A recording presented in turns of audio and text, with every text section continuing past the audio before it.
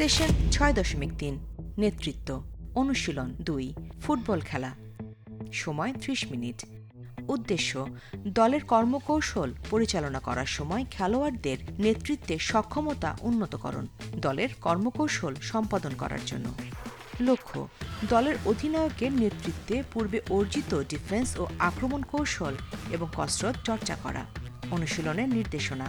অধিনায়ক হিসেবে খেলা শুরু এবং দল বাছাই করতে ২ জন স্বেচ্ছাসেবী আহ্বান করুন খেলোয়াড়দের জানিয়ে দিন যে খেলার সময় প্রতি ২ মিনিট অন্তর অধিনায়ক পরিবর্তন হবে খেলোয়াড়দের ২টি দলে ভাগ হওয়ার এবং বিধিনিষেধ নির্ধারণের জন্য সময় দিন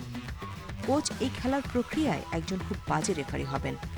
পুরো খেলার সময় জুড়ে কোচ সুস্পষ্টভাবে অন্যায্য কলগুলো সম্পাদন করবেন কোনো একজন খেলোয়াড় যখন অন্যকে স্পর্শ নাও করে তখন ফাউল কল করা স্পষ্ট না হলেও হ্যান্ডবল কল করা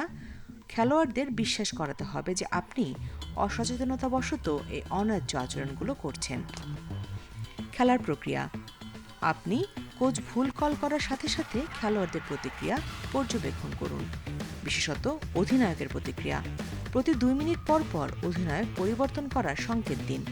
ক্যাপ্টেন ব্যাচ পাওয়ার সাথে সাথে খেলোয়াড়দের আচরণ কি বদলে যাচ্ছে যেমন তাদের দলকে প্রেরণা দেয়া